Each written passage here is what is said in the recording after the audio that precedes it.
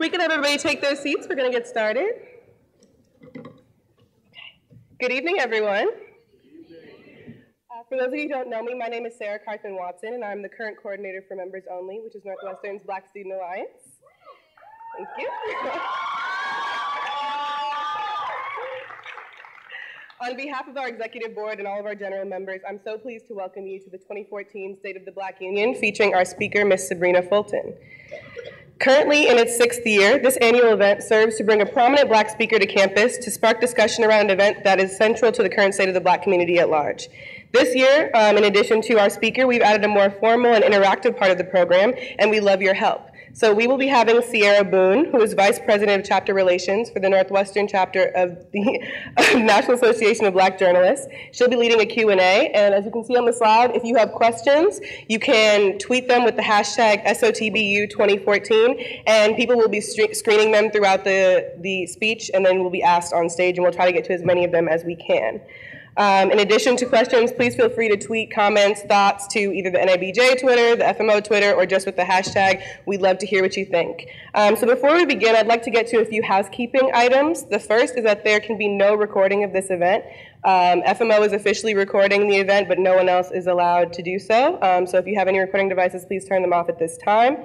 And secondly, I'd like to say thank you to the many people who have helped put on this event. First and foremost, could you give a round of applause to the 2014-2015 Executive Board of FMO?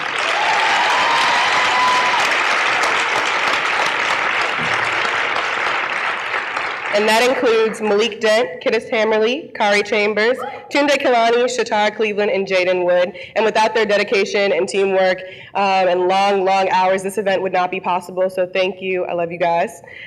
Secondly, we'd like to thank our fabulous advisor, Charles Kellum, who puts up with a lot of our craziness.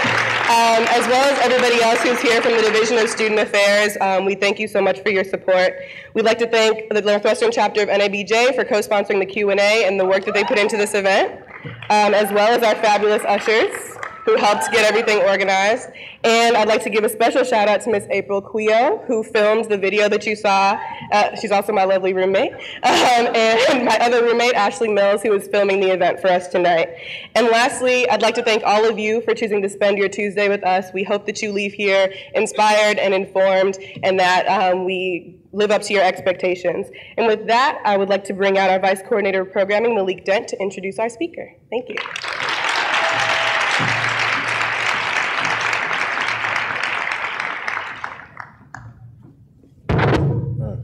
Good evening. My name is Malik Dent, and I'm the current Vice Coordinator of Programming for Members Only, Northwestern University's Black Student Alliance. Again, I would like to thank you all for coming out to State of the Black Union 2014. I'm glad and excited that you all have taken time out of your busy schedules to come out. Tonight, there will be a keynote speech, a Q&A hosted by Northwestern University's chapter of National Association of Black Journalists, a short presentation from Chicago Contemporary Dance Theater. This year, as you all hopefully know by now, we are blessed with the honor to bring Ms. Sybrina Fulton. Sybrina Fulton is a Miami native. Fulton graduated from Florida Memorial University, where she earned a bachelor's degree in English. Fulton worked for Miami-Dade County Housing Development Agency for over 25 years and is a member of Missionary Baptist Church of Miami Gardens. On the night of February 26, 2012, in Sanford, Florida, Ms. Fulton lost her 17-year-old son, Trayvon Martin. Trayvon Martin was murdered by a 28-year-old, quote-unquote, neighborhood watchman by the name of George Zimmerman, whom was found to be unguilty. Sybrina is dedicating her life to transforming family tragedy into social change. Since the death of her 17-year-old son, Trayvon Martin, during the violent confrontation in 2012, Fulton has become an inspiring spokesperson for parents and concerned citizens across the country. So at this time, please help me and welcome me, Ms. Sybrina Fulton.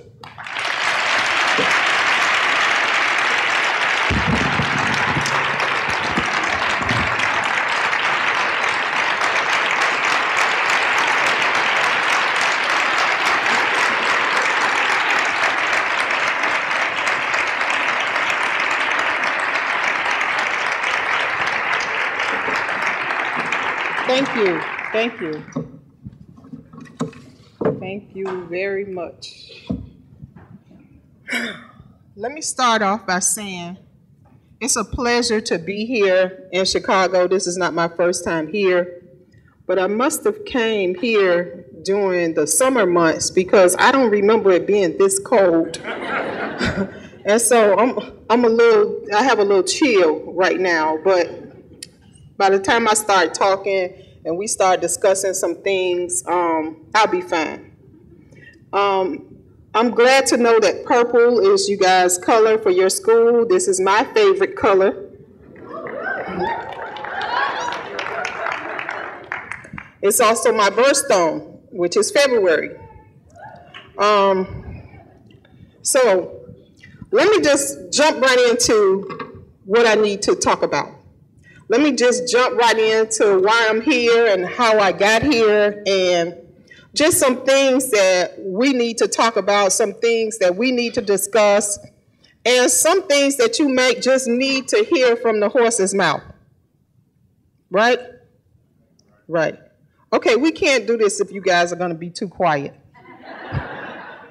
Okay? I got to have some audience participation. Okay? How many of you guys know what happened with Trayvon Martin?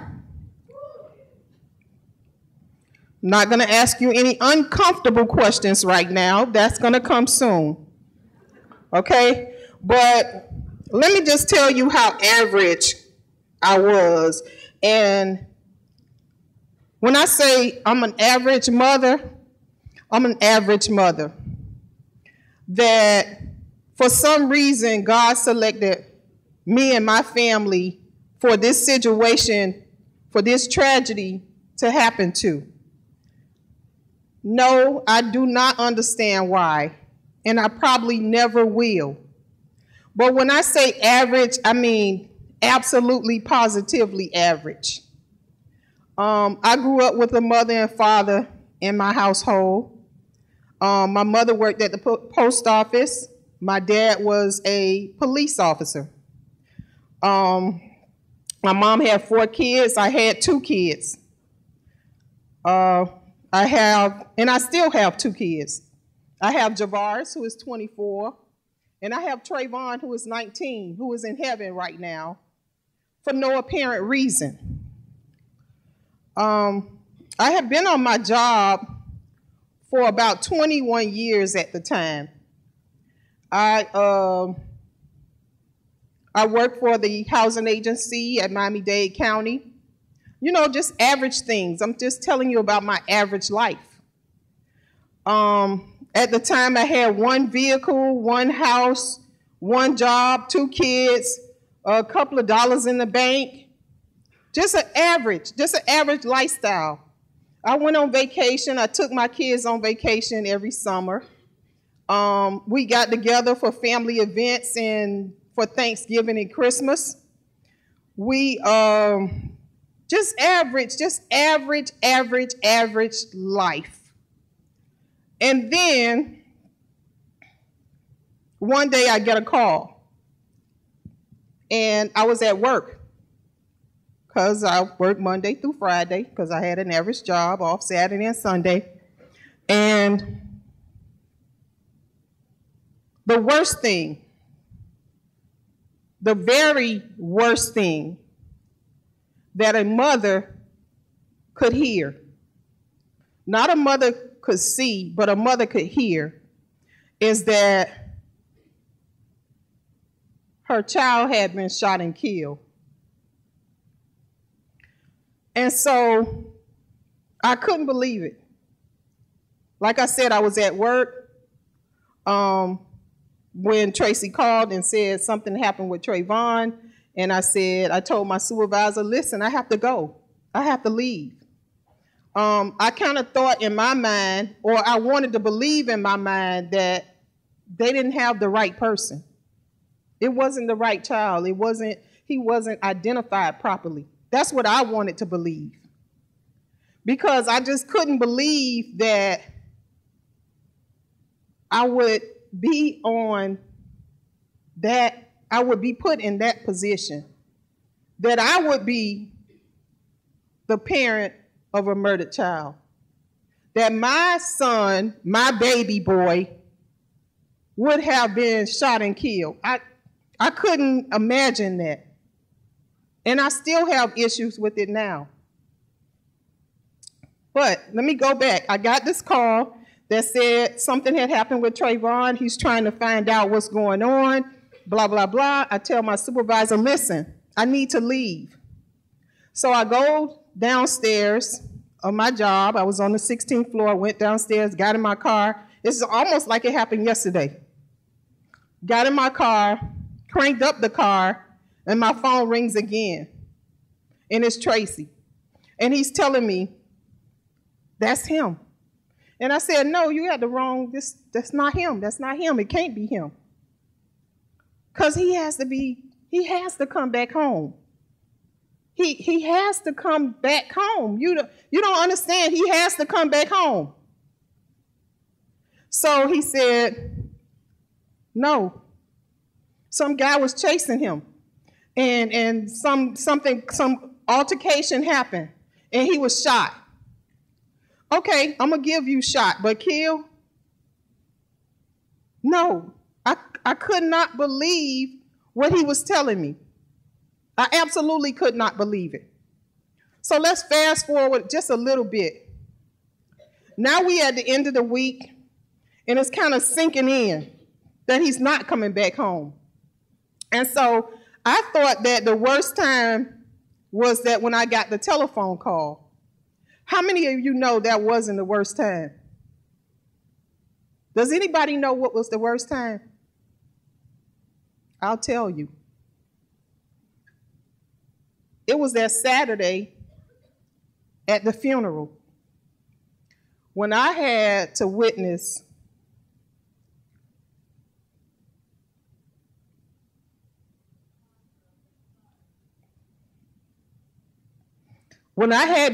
my baby boy laying in a casket with a white suit on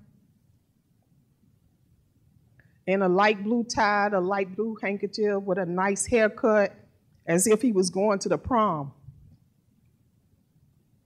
That was the worst. The absolute worst day of my life, by far. By far. Who could imagine losing a child under those type of circumstances? And people say, okay, some young men and some young women die all the time of some illness.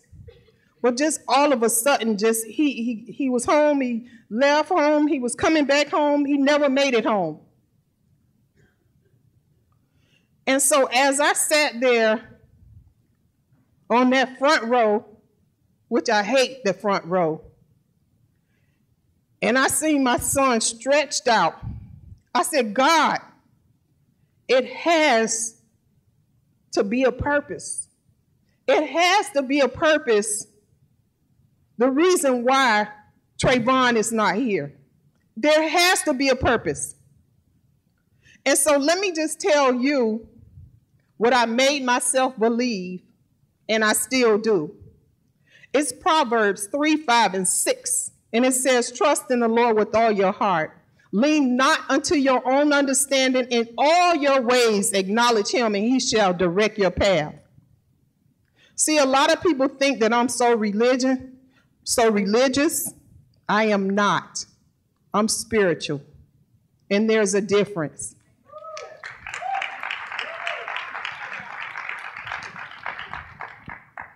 So, in my mind, what happened to Trayvon,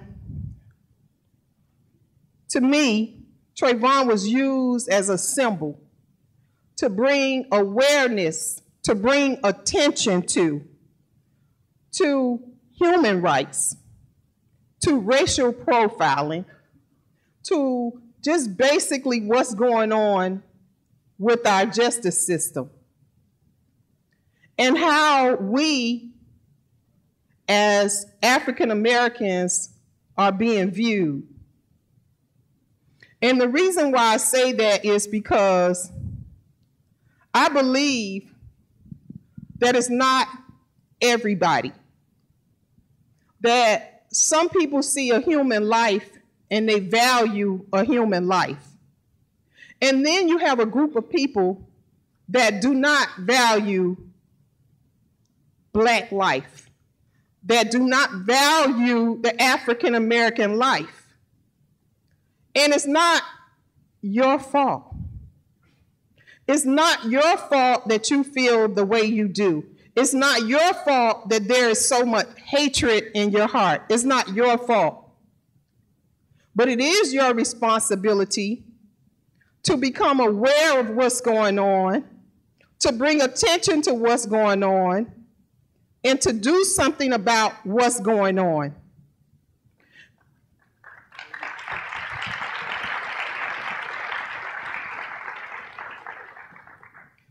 Just like anybody else's mother, and think about your own mom, and think about how your mother would have felt if this situation had happened to you. Let's just play back just for a moment of what happened. Trayvon did not live in that area. Trayvon was unarmed. Trayvon had just turned 17 on February 5th, and this happened February 26th. He had been 17 3 weeks. Trayvon was on the phone. He was not carrying a weapon, unarmed. He was not burglarizing anyone's house. He wasn't thinking about committing any crime. But people say that in order to justify why he was shot and killed, why he was murdered. Well, he was murdered because he had the hoodie on. He was murdered because of this, and he was murdered because of that. That simply isn't so. And it's a lot of things I can take off right now. I could take off this flower. I could take off my jacket, my blouse, my skirt, and even my boots. But guess what? I can't take off the color of my skin.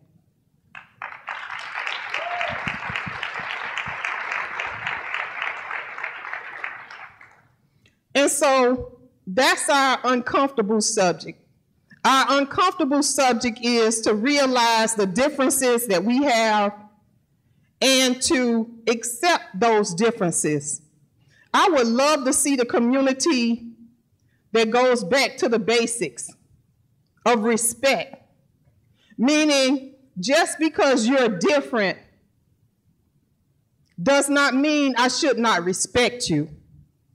It does not mean that if you come from a background where you had less than, that I should not respect you. It doesn't mean that because you have a lot of money or a master's degree or a PhD that I should not respect you. It does not mean that because of your sexual orientation or because of the clothing that you wear or the color of your skin or how you wear your hair that I should not respect you. I would love to see this community, this world, this nation go back to where we are respecting one another.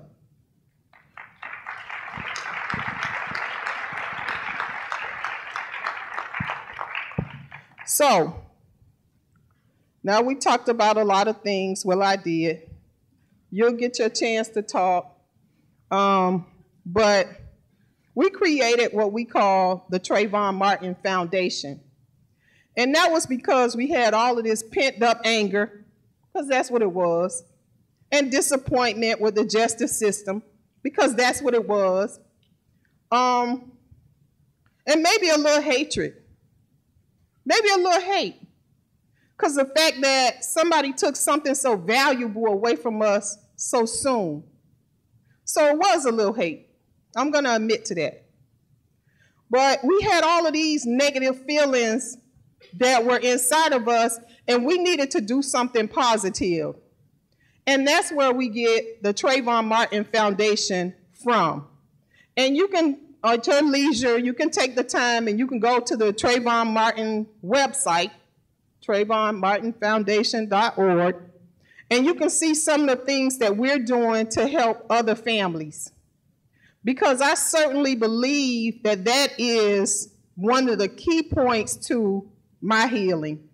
I think that's one of the key points that I'm able to stand before you today with a sound mind, is because we had diverted that negative energy into something positive. And what do we do with the Trayvon Martin Foundation? So we reach out to other families that are victims of senseless gun violence.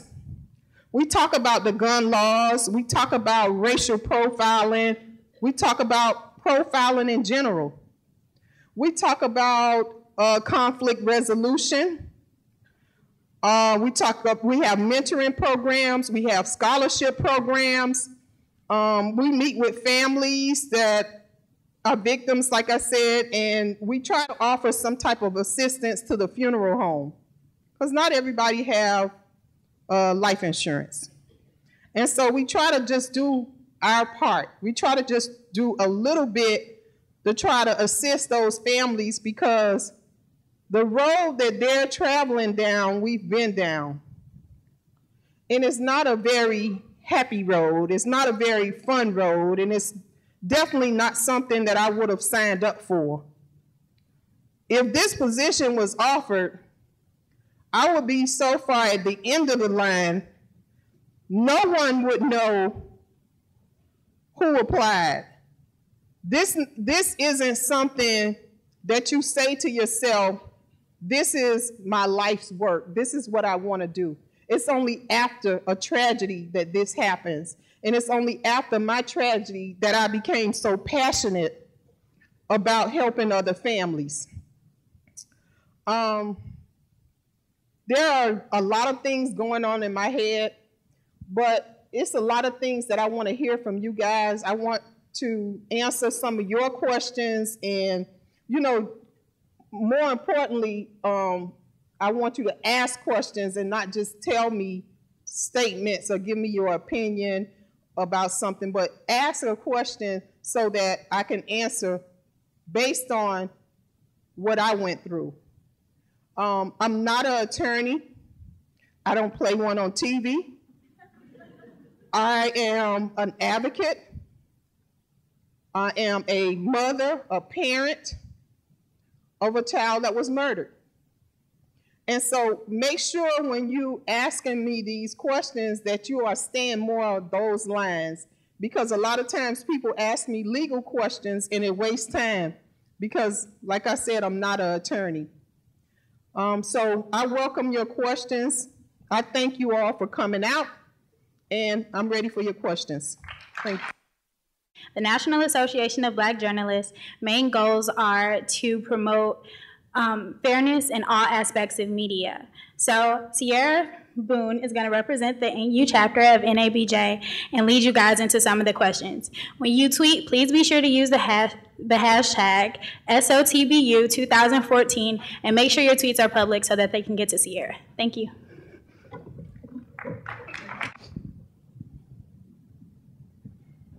So I know you've heard it plenty of times already, and you probably will hear it again, but I want to personally thank you for coming out tonight and giving us your words and your intellect and your insight for your experiences. I'm just going to go ahead and get right into it. Tell me what kind of childhood Trayvon had. Like, what kind of kid was he? What kind of hobbies did he have? What did he like to do? Just like I said, I'm an average mother. He was an average teenager. The loud music, I used to always complain about his music is too loud. He used to stay on the phone until the battery was dead. He had to have the latest fashions. He wanted the latest shoes and the latest cologne and the latest jeans, and you know, he wanted to look good, you know, and that was for the ladies. And so I used to always tell him, but you have no money, you know. So he was an average kid. He used to love to go skating. He used to love to go to the movies. He was really an outside guy. And my oldest son, Javaris, is really an inside guy. He likes to, do things, activities on the inside, where Trayvon wanted to do things more on the outside. Javaris maybe has 5 or 6 friends. Trayvon had 20, 30 friends. Everybody was his friend, and he wasn't afraid to like walk up and talk to people that he didn't know. He was just average. He was very affectionate. He was just a big kid. To me, he was just a big kid. He was.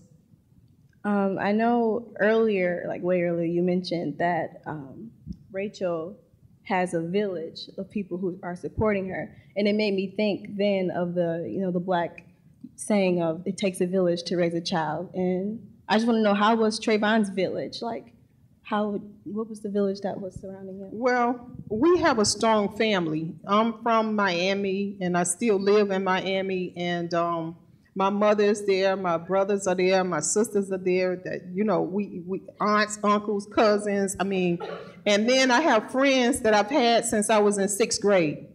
And so they're not afraid to chastise my kids, just like I'm not afraid to chastise their kids. And that's how it should be, And so it really does take a village, because I can't be everywhere. And so I rely on other mothers to say something to my son, even at 24, if I'm not around. I want them to say something to him. I don't want them to just ignore what he's doing if he's doing something wrong. And so Rachel's village is very productive, and it's working for her. And every kid, I think, needs a village. So your other son is Javaris.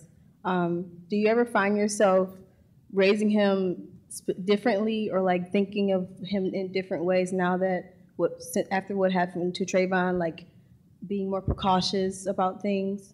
Absolutely. I'm a lot more edgy now, because I don't want anything to happen to Javaris.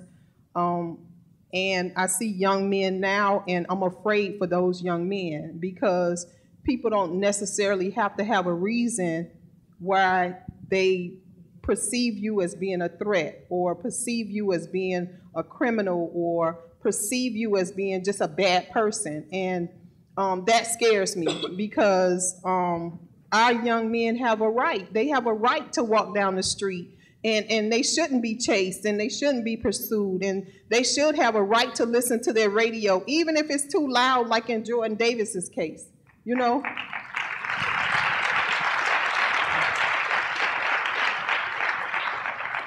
So yeah, I'm definitely a lot more cautious with Javaris. And like I said, he's 24, but it doesn't matter. A mother never stops being a mother. And so, I always ask him, where are you and who are you with? And, I'm still doing those things. So what do you say to people, because when Trayvon was killed, a big topic was racial profiling and what role it played. What do you say to people who go, oh, you're just pulling the race card, like when we're talking about these issues, and then someone may say, well, it may not even be about race. What do you say to those people? Well, I understand that the subject is uncomfortable, to say the least. It's uncomfortable, and people don't want to face the truth. And I always call it the ugly truth, because it's the truth. It's ugly, but it is the truth. And for a long time, I believed it was because of his hoodie. I thought in my mind that the reason why he was followed was because he had on a hoodie. But then some things came out at the trial that indicated to me that it wasn't about the hoodie. It was about the color of his skin. And so, I had to accept that. And I had to accept that this is still going on in our community. This is still going on in the United States. This is still going on in America. And we can't begin to get to a solution if we don't address the issue. So we have to acknowledge that this is still happening in order for us to try to resolve the issue. What does a solution look like to you? To me, a solution looks like respect, like I said. I think it's no blueprint for how you change somebody's perception. I believe there are a group of people that you're not going to be able to ever change how they think and how they view another group of people, another race. I don't care what you say. I don't care what you do. I don't care what level that person gets to. They're never going to change how this person perceives them. And so those people, you let them stay right where they are. You just work with the people that want to open up their eyes and open up their minds and say, maybe this is happening. Maybe this did happen. Maybe people are being perceived because of the color of their skin. Another big thing that came up was stand your ground. And that is kind of like a barrier to solution. So do you think that the country is ready to take on stand your ground?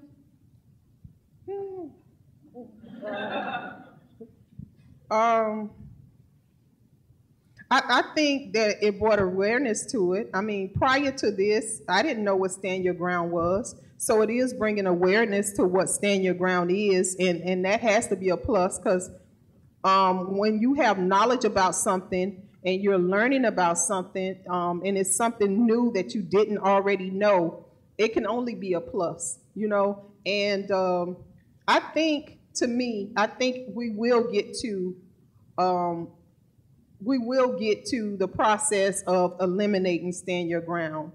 I think certainly that'll happen. It started in Florida, and hopefully Florida will be the first one that gets rid of this stand your ground, because it's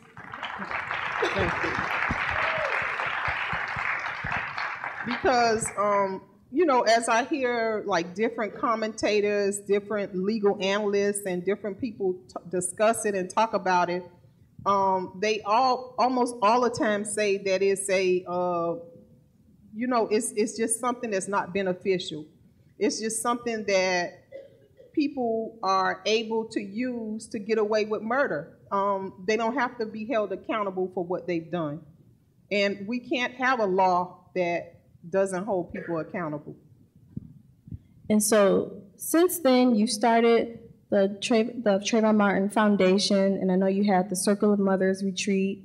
You're doing good things for other people. And I know I kind of asked you this earlier, but I know the audience would like to know too, as to like what keeps you going, what keeps you fighting. Well, one thing is, I kind of know that what I'm doing is not going to bring my son back. Even though I wish that it would. And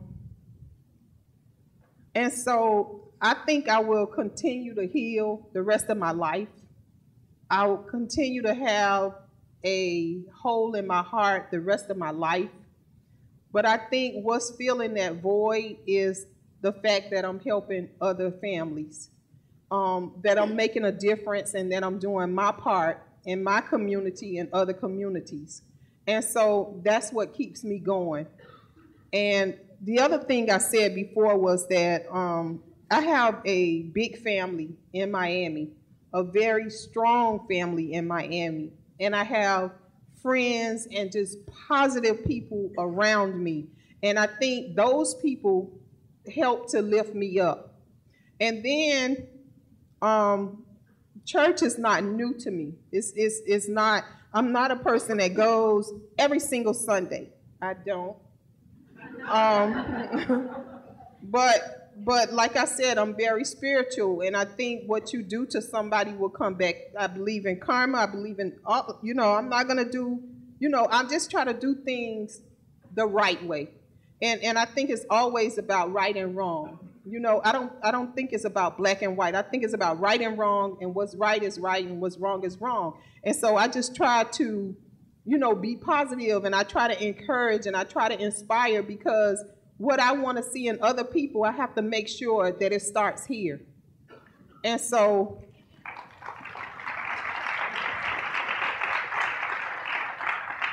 and then for my own selfish reason, like I said, it's helping me to heal. by talking to other families and other mothers, it actually helps me heal. So you said this earlier too, that since this has happened, your life has just changed in as far as like going to the car, like doing regular things that you can't necessarily do anymore. Do you ever find yourself putting on like a facade when you go back out that's different from when you're around your family or your friends?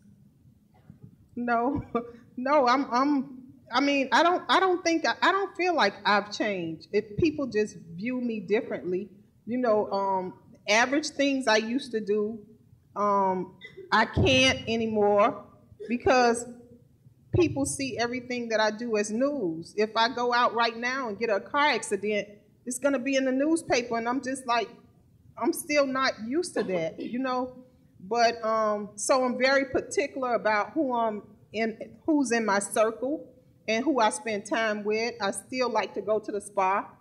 I still like to go to church. I still, spend a lot of time with my family, and I still, like more home things I do. Like if my friend is having something to a club, I probably won't go. I definitely won't go.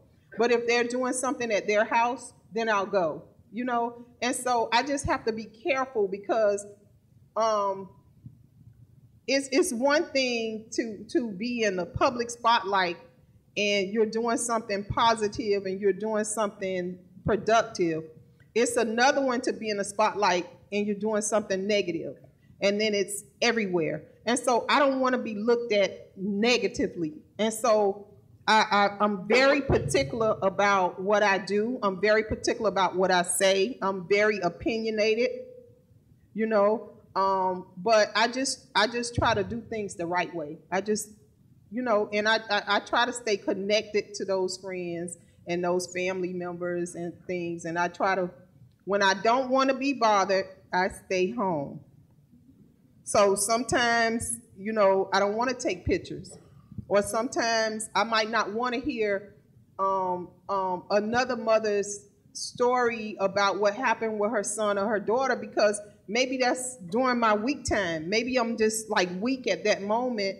And if I listen to them, then it'll make me weaker. So sometimes I do have to separate myself from the public. And those are the times that I'll just stay home and I won't come out, because people have a tendency of telling me things, even if it's in the restroom.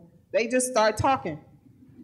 And so I just try to, just try to stay home. I try to stay home when I know I'm having a bad day. I just try to stay home because I have my bad days. They don't come that often, thank God, but I have my bad days. And I say why, and I go through this whole little thing and everything. But for the most part, I try to stay positive. I try to stay encouraged. I try to stay strong, and I'm like, okay, God is using me. He has me on a mission because he wouldn't bring me to this without having a purpose.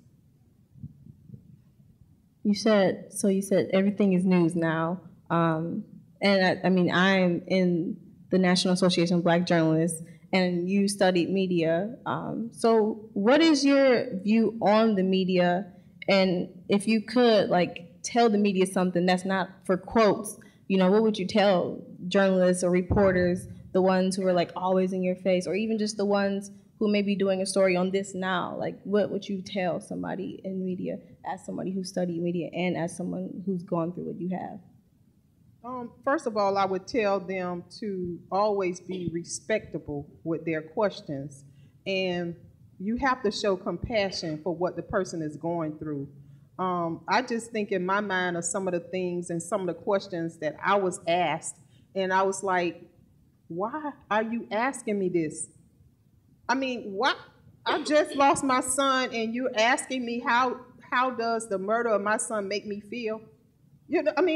It's just certain things that they just are just not, they wasn't very compassionate about.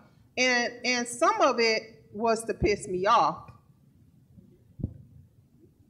Yeah, a lot of times the media, what they do is they say things just to, is it antagonize? Antagonize, agitate. Come on, help me out. Provoke. That's definitely one of the things. They'll say things to provoke me, to say something negative, to say something like angry, and to say something like, because it's certain questions that you ask, you have to know that my heart was in like tremendous pain. And to ask some of those questions, I think was just, some of it was ridiculous. And then I told the students that I had a situation where I had legal representation, and there was this reporter that flew from New York to Miami, Florida to knock on my door. And I just thought that was disgusting. I mean, she was actually trying to chase a story. I would never give her name and things like that. We've made up since then. But it was about a story, and I asked her, I said, why would you come and knock on my door? And you know I had a legal team. You know I had legal counsel. You knew that I had people speaking on my behalf. Why would you do that? And she said her editor kind of like forced her into coming. And I just couldn't understand that.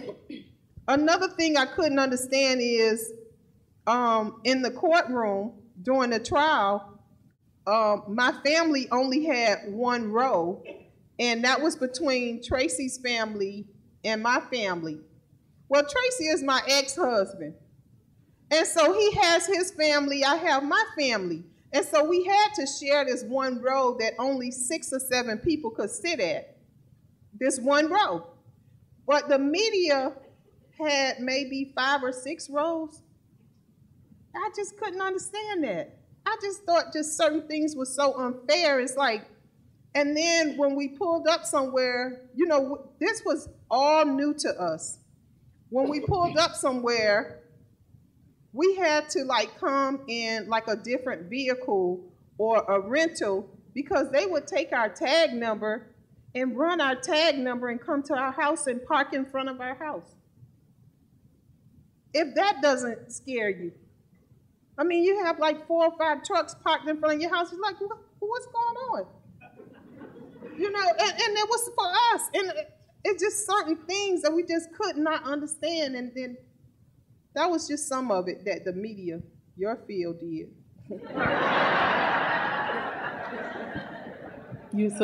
Basically you have to be a human before you are a journalist, and I feel like that's a very important thing. I guess a really big question is as well.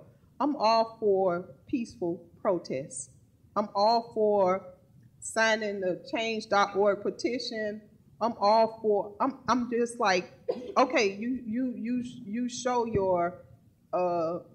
If you're not satisfied with something that's going on, you know, you want to show it. I got that part. I understand that. But I think at the same time, Ferguson has to make sure that they have like things that they're asking for. That what are you asking for? Why are you protesting? Why are you having a rally? And they need to make sure that they understand why they're doing it. Because I think people came from other areas. I understand that they came from other areas, and they're tearing down this particular small town. It's a small town. When we went there, it's very small. And so that means when you used to go to the corner store to pick up milk and eggs, that now you have to go a further distance because that place is burnt down. And so sometimes it's almost like you're shooting yourself in the foot. So they have to be mindful of those things. I think the ministers need to get involved. I think it needs to be coordinated. And whatever their ask is for their community, I know it was jobs, I know it was voter registration, they had some things, but they need to make sure that what they're asking for is clear and that people know what they're asking for, and they're not just going out there and just making it worse. You know, you want to try to make a difference. You want to try to do something positive. You want to try to improve the community, you know. But I just think they have to have a purpose for what they're doing.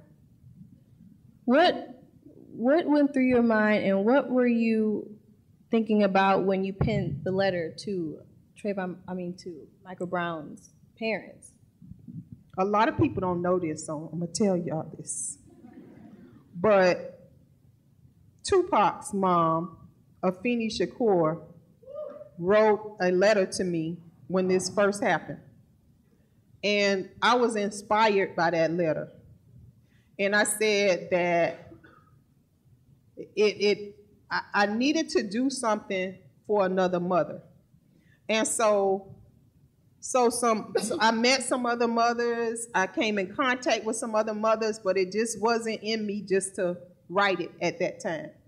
And so when I finally got my emotions together and everything, it was Leslie, which is Michael Brown's mother, that I decided I have to write this letter to her. It was just something that made me think about her and what she was about to go through, that made me say, I got to write this letter. I gotta help another mother.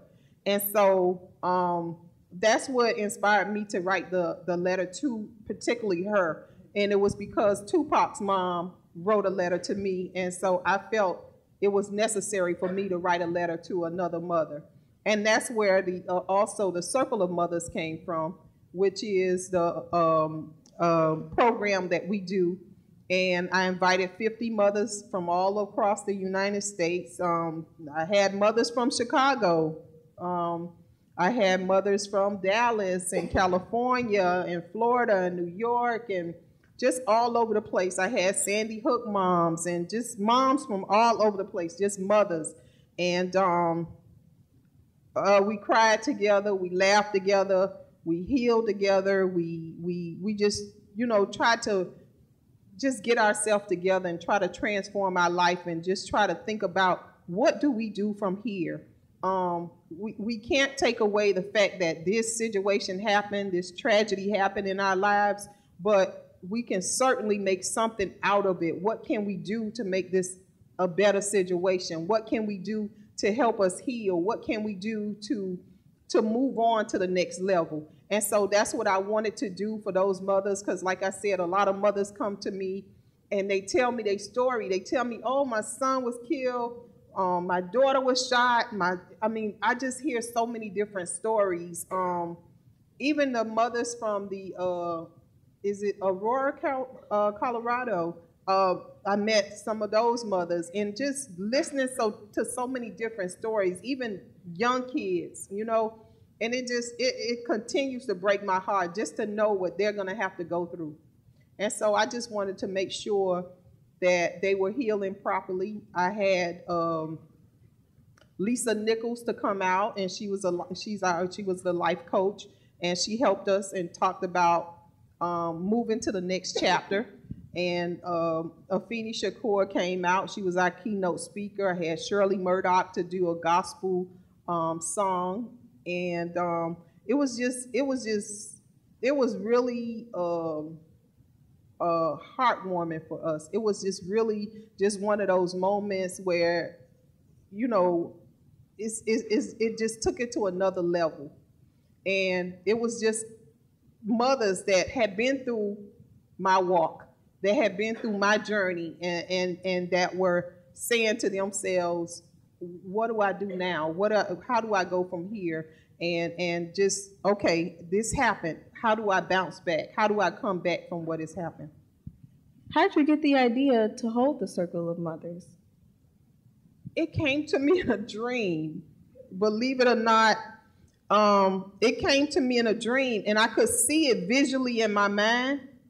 And that's because I traveled so much that I was in the airport, and like this lady came up to me that I have no clue, most of the mothers, I have no clue who they are.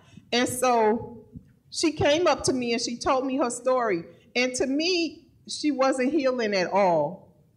She just broke down and just started crying. And she made me cry. So I thought to myself, if she's not healing properly, then it may be other mothers that are not healing properly as well. And so that's where the idea came from, because it was like, she just bust out crying and just like, oh. And it just made me like, oh my God. And it just to hear the hurt in her voice, and it was just, don't know how to explain it, but it came to me in a dream, and you all know that sometimes that's how God uses you. He comes to you in a dream, and he gave me this vision. And when he gave me this vision, I had no clue how I was going to get it done. I had no clue what I wanted to do. I don't even know what a name came up, Circle of Mothers. And we got in this big circle, and at the event, and we held hands, and it was just awesome. It was just one of those moments that just, and I could not have imagined that it would have been so impactful and so purposeful. But I have my 50 mothers from this year that have already contacted me about coming next year. And I'm like, I have to invite new moms. And so they all want to come. And I'm like, I don't know how I'm going to do it. I guess I got to get sponsors for whatever, but I got to make it happen. And this was something, like you said, it was something to do to move forward and promote change and get some change and healing.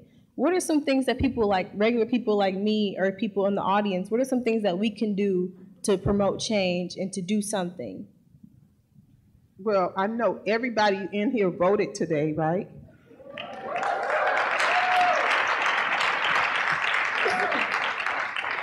Because that is the most effective way to have your voice heard. Most effective way. Some of the things that you all could do just right here in your community is host forums, and you discuss differences, and you discuss issues of the community, and you're bringing these things to the table to bring awareness to what's going on. It could be human trafficking. It could be drug use. It could be suicide. It could be whatever the issue is in the community, but you have to talk about it. And a lot of people don't like to talk about it because it's uncomfortable. But sometimes we need to talk about it in order for us to move forward, to discuss some type of plan, some type of strategy. The other thing is you have to participate in some type of organization, in some type of group, in some type of, you have to participate. You have to be with other people and other, fellow students and staff and everything. You have to get those people together, and you have to participate to try to make a change, to try to make a difference. I tell people all the time that I'm doing this because I need to do my part. So you all need to do your part. I can't tell you what your part is. You have to participate, and that will come to you. You'll be able to see through the organizations that you're helping or your organizations that you're volunteering for what's needed. And you'll be able to, you just get so much out of it.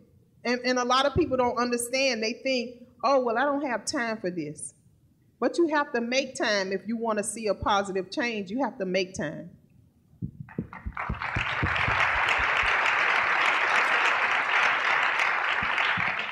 So in one of your earlier answers, you said that a lot of Black youth are walking around fearing because you just don't know what to do. You don't know if to run fast, or you don't know if to slow down, you don't know if to wear this or not wear it. What advice would you give to someone like a young Black male or even a young Black woman that is afraid? Like, what advice would you give to someone?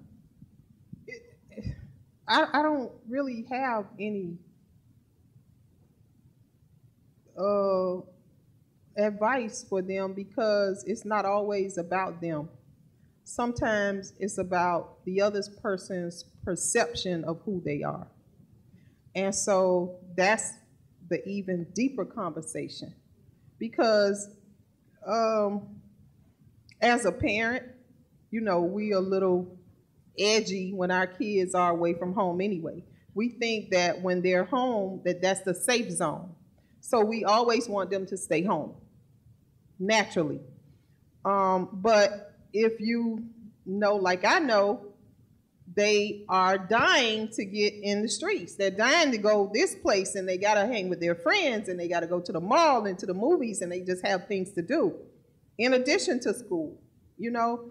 And I don't have any advice. It's so difficult right now for our young African-American men and women that I don't know. I think the government has to get involved. I think the churches have to get involved. I think every organization has to get involved because this is not just an African-American problem. This is a community problem. This is a problem that's happening in the United States. We are United States citizens. So this is an American problem. This is a problem of America.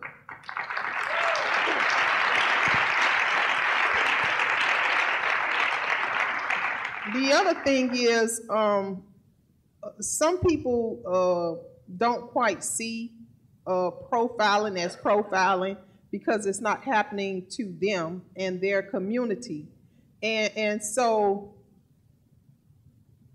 you have to just like open up your mind and you have to think about those things, and you have to think about the fact that just because it's not happening to you right now, per se, that it's not happening.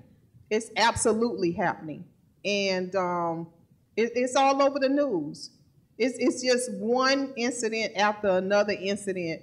And I'm just like thinking that there's just one day that God is going to touch these legislators and have them to have a change of heart where they can appreciate life in general, human life, you know, and I don't always want to say African American because it's not just about African Americans. The young kids in Sandy Hook were not African Americans, but guess what? All of those kids have been killed. What I think it was like 26 kids, you know, and Aurora, all of those kids wasn't African American. It's just different circumstances, but we got to do something about the gun laws.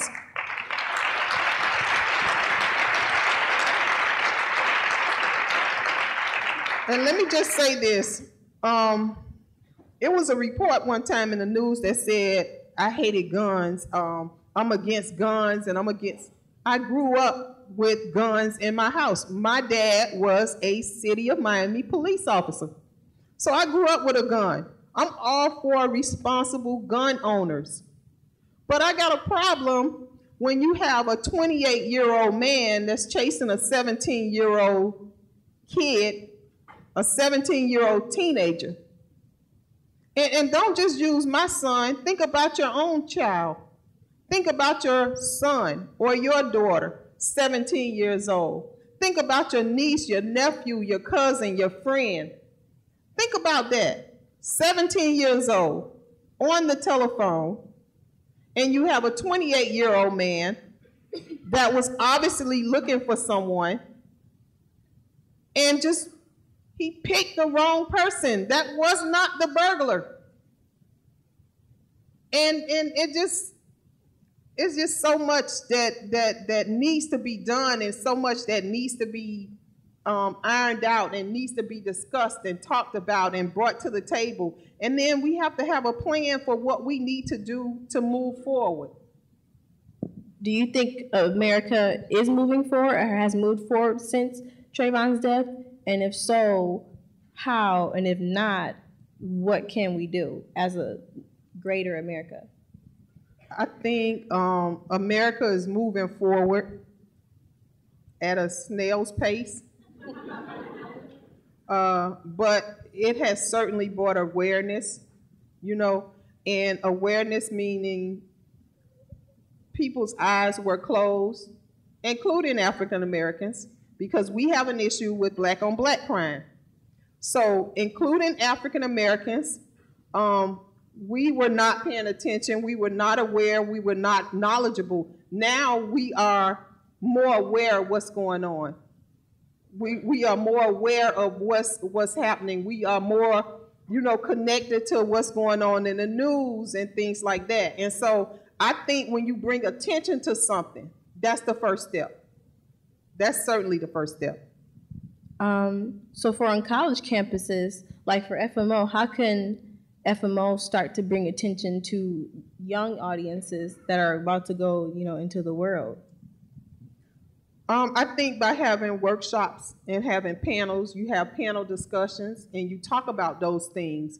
You have a lot of good questions here, but I'm sure they have some additional questions, you know, and you just start to dialogue. You have to talk about what other people are thinking. You have to talk about because we as women think a certain way, men think a different way.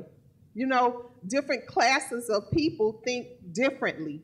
Different educational backgrounds think differently. And so you have to bring those different people to the table and have a conversation. And it's not about getting upset and mad about different things, but sometimes you just have to listen. Because you have to listen to somebody else's opinions or somebody else's views. And then you may have to give them your view. But then maybe they didn't think of it that way. You know, so I think by having dialogue and conversations about it. You're a blessing. Thank you. Thank you. Thank you so much. Thank you.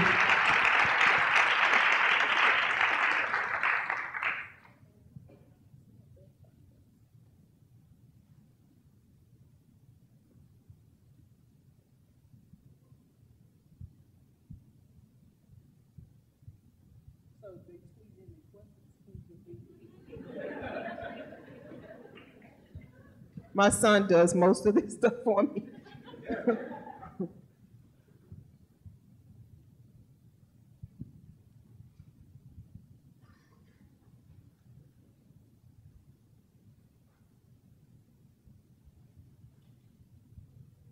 So we can just take a question. Yeah.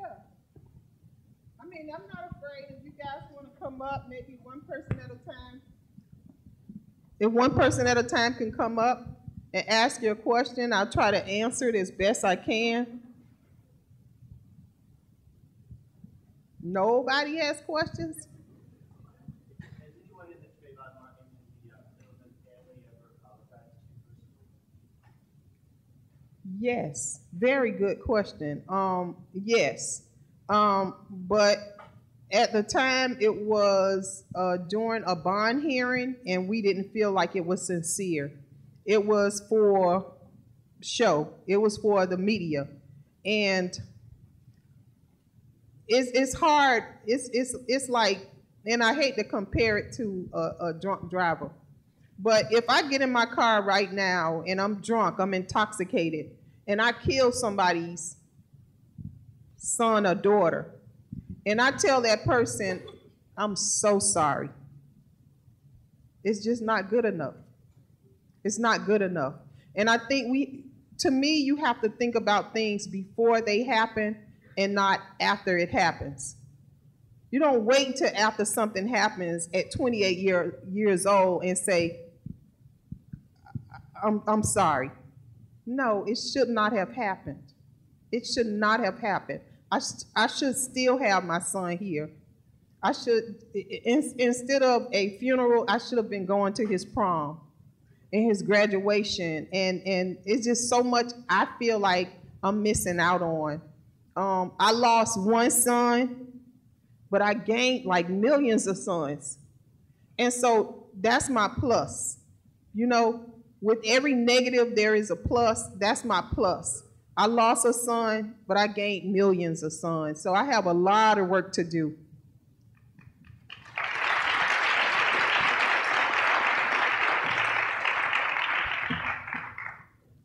Hi. Oh, do you have a question? Go ahead. I just wanted to ask about how is he doing now? He lost his brother, and how is he doing now, and what do you see, what do you want from him going forward? I kind of pick and choose the events that that I usually allow him to come to. I don't let him go to things that I think are too threatening. He's in school now in Miami. This is his last semester.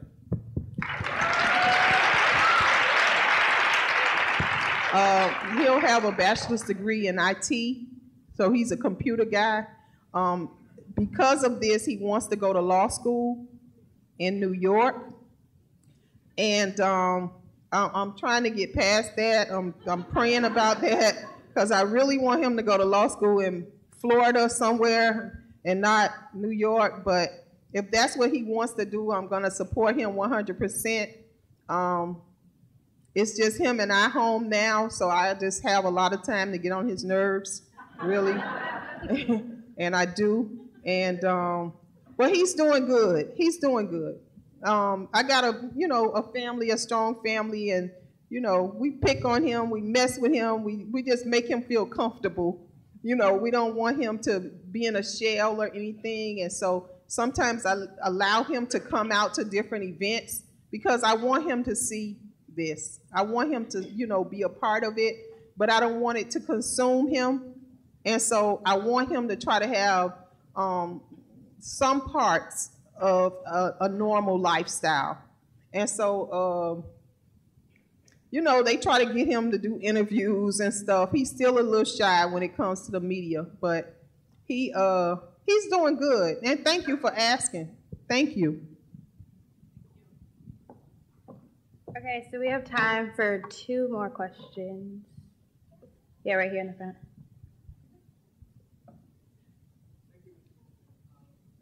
Can you just stand up?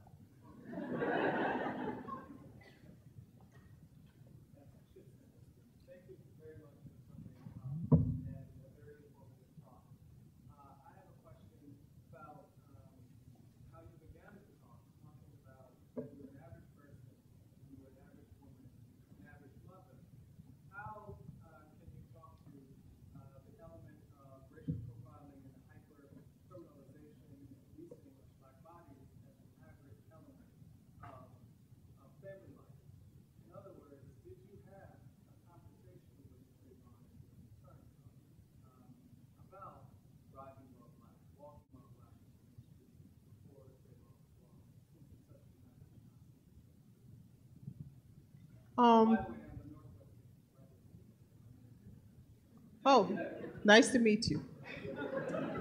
Well, like I said, I'm from Miami. I was born and raised in Miami. I have a bachelor's degree in English with a minor in communications. Most of my career was with Miami-Dade County. First as a code enforcement officer, as a dispatcher, code enforcement officer. I even worked at the airport in their management intern program. And then I went to housing as a hearing officer for public housing in Section 8. So just very familiar with government and serving the public.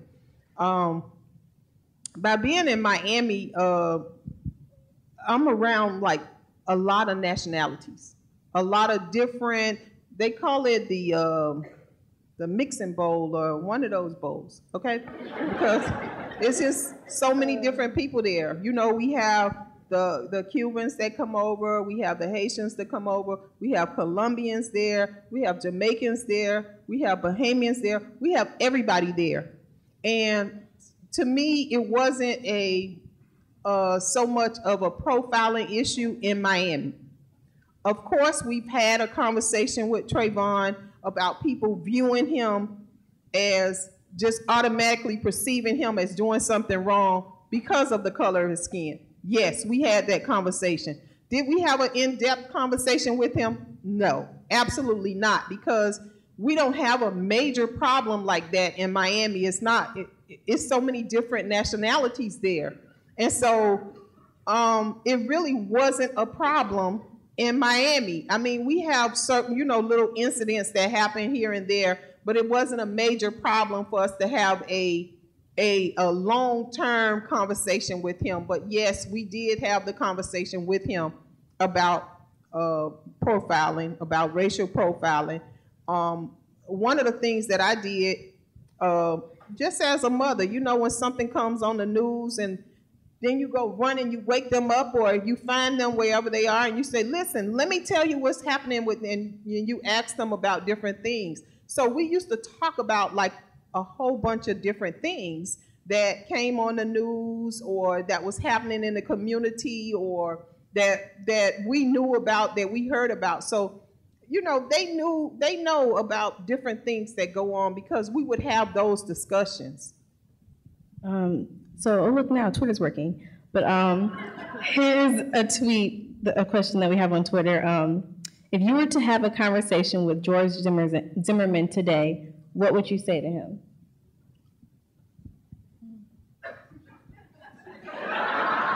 I want to know who asked that question.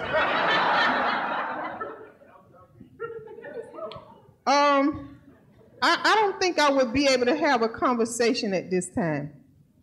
And that's because I need to hang on to my dignity and respect.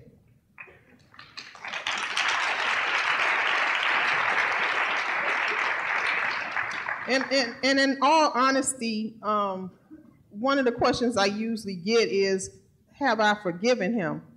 And I'm going to answer that question by saying absolutely not. Now, I know that there is going to come a time in my life where I have to forgive him, but I'm not there yet. And so I'm still a little salty, and that's putting it lightly. Yeah, I'm still bitter and disappointed about what happened. And so I don't think I could have a conversation with him or any member of his family at this time, just out of respect for myself. I wouldn't put myself through that. Okay, so we just want to give Ms. Sybrina Fulton and Sierra a round of applause.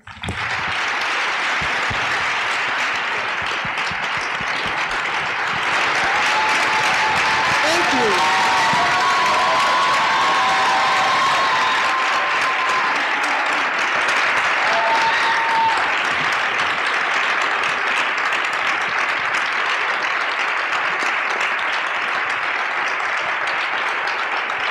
Thank you all. Oh, sit down. Thank you all. Thank you. I just want to say that you guys could have been anywhere tonight. You could have done anything tonight. But I think it's important that you're here. And I appreciate you for coming out and just being here. Because it's important to not only for me to see you and you to see me, but it's important to your community. And this is the first step. God bless you all. Thank you. I'm Kari Chambers. I'm the treasurer of FMO. And right now I want to introduce the dancers of Chicago Contemporary Dance Theater.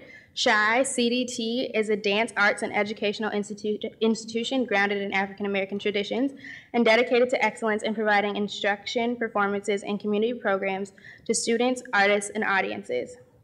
This piece that they're about to perform was created as a tribute to Trayvon Martin, and we hope you enjoy it.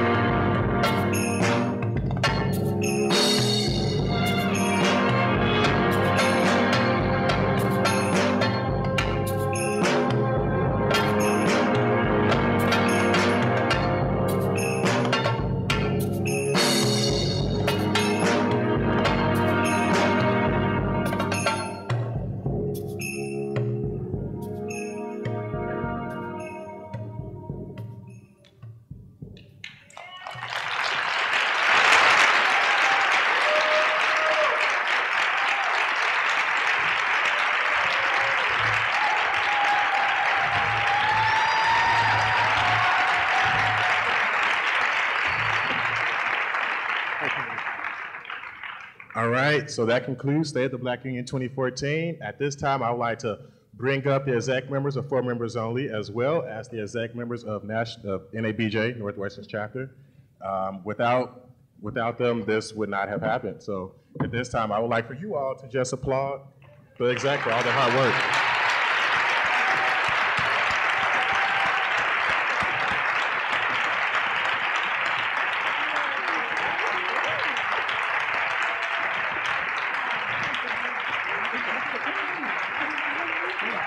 Okay.